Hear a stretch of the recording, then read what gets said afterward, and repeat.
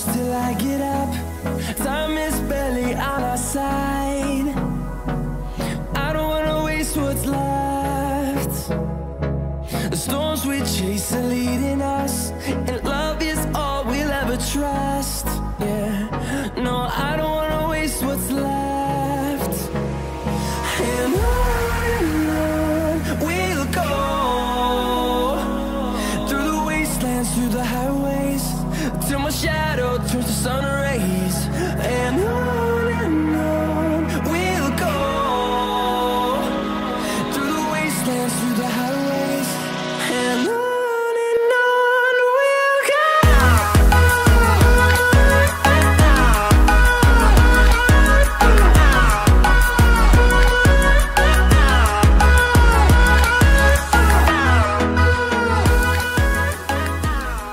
Hola, bona vesprada, soy Josep y estoy casi amb Fernando.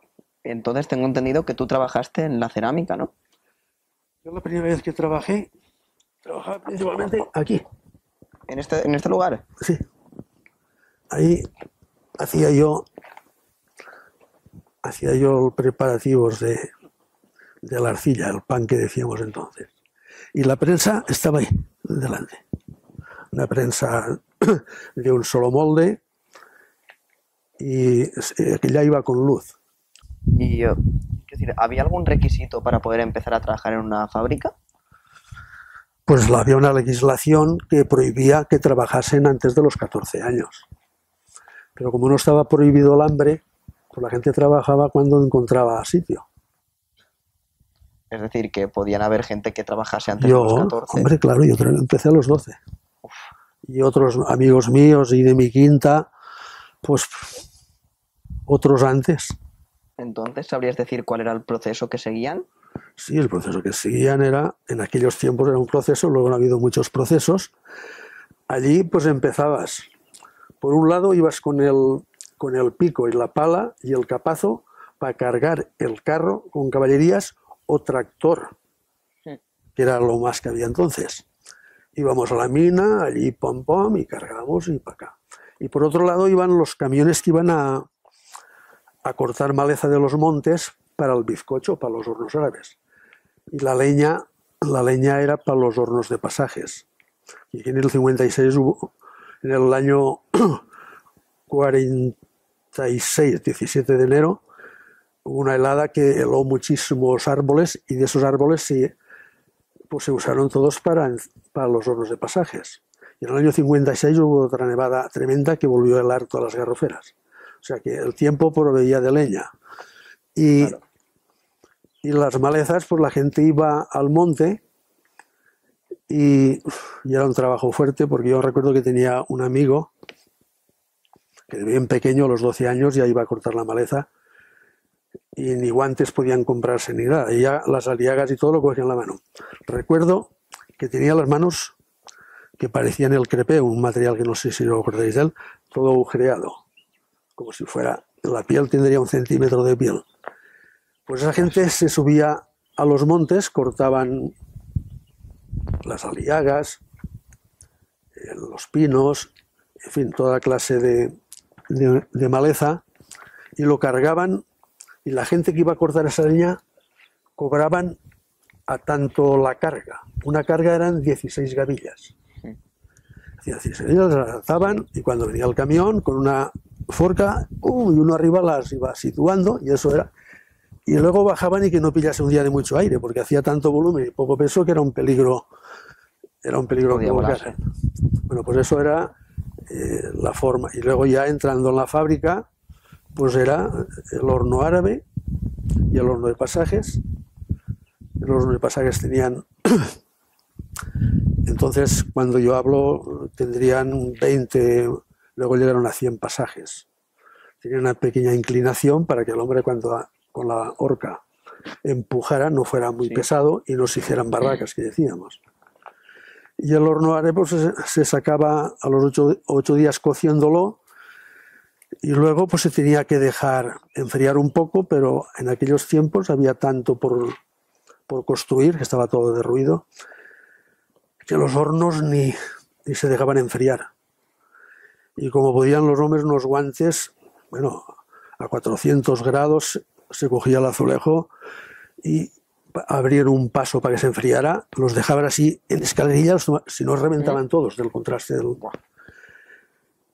Y ya luego, también, como digo, en La Paloma, conocí yo el esmaltado era a mano. Aquello era, bueno, aquello era centenario, varias veces. Y yo recuerdo que había una tina, de esas que había antes de zinc, llena de agua, y cogías un azulejo, hacías así, le dabas un golpe lo más plano posible con el agua, y lo mojabas y lo girabas enseguida para que no cargara de agua en ningún lado, porque como cargase más agua en un lado, allí chupaba menos esmalte y se notaba un fallo en el azulejo. A continuación lo dejabas en unas maderitas así, y el esmaltador, el que era el único oficial de primera que había en la fábrica, lo cogía así, Sí.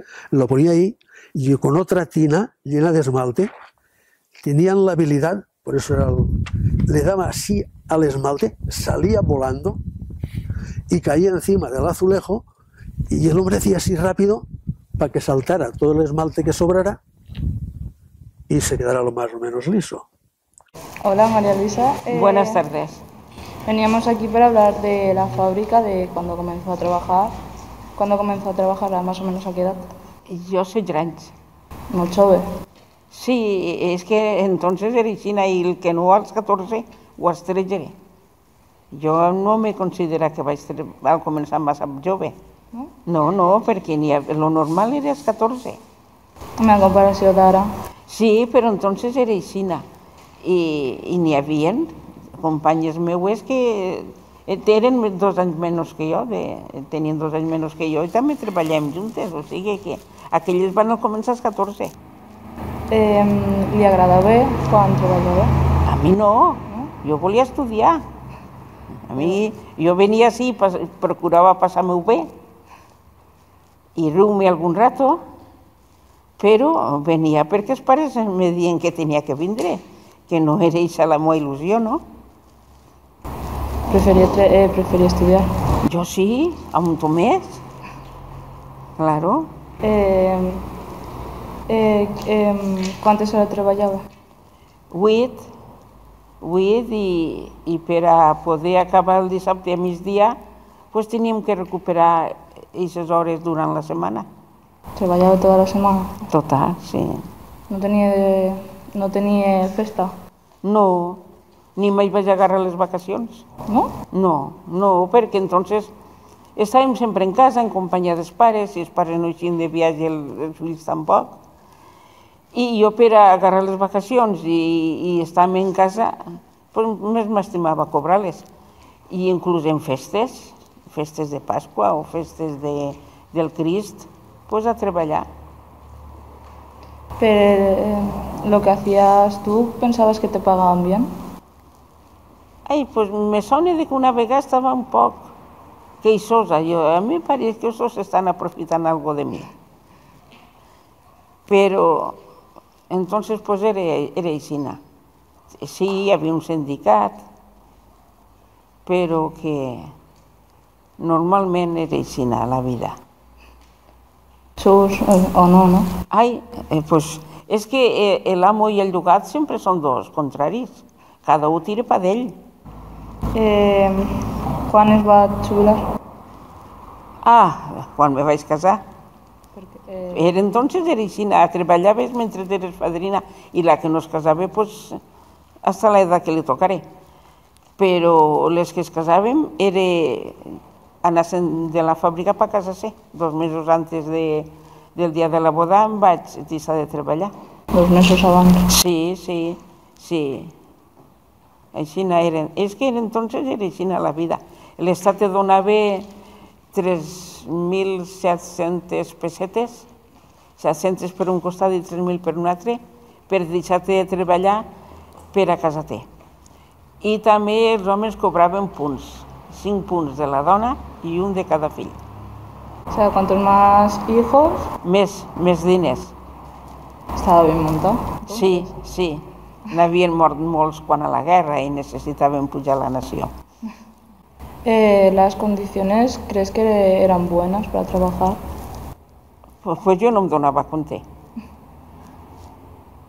Una és jove i sap que té que treballar i a complir s'ha dit, tant si està l'amo com si no està, i era així, no estava jo tampoc massa queixosa ni pensaba moltes coses. Entonces, cuando empezabais a trabajar, no necesitabais ningún requisito especial. No res, no res. Simplemente cuando hacía falta el dinero a tal edad entrabais y ya está. Sí, sí. Sí, n'era. ¿Y quina ropa portabais? Pues duien babero. Jo, com vivia a proper d'ací, pues me n'anava a casa en el babero, però un davantal més asseat. I així es canviàvem el davantal, més bastet, i es ficàvem manguitos. Manguitos, sí. D'hivern, per supost, d'estiu no fem falta, però d'hivern manguitos. I també de vegades es ficàvem un mocador al cap perquè no se mos embrutar el monyo. Sí, perquè es feia pols. Claro, és normal. Sí. Com que això és el que hi havia entonces. I ara les dones que no són treballadores ara, si fan turnos i tot, qui m'ho havia de dir a mi? Pues sí, ara jo les admiro de treballadores que són. Hay de todo, pero sí. Sí, com entonces també n'hi havia de tot i sempre hi haurà de tot, però que jo les admiro, faig tu penses que treballadores ahí fent turno. Si no és que la gent sempre hem sigut igual.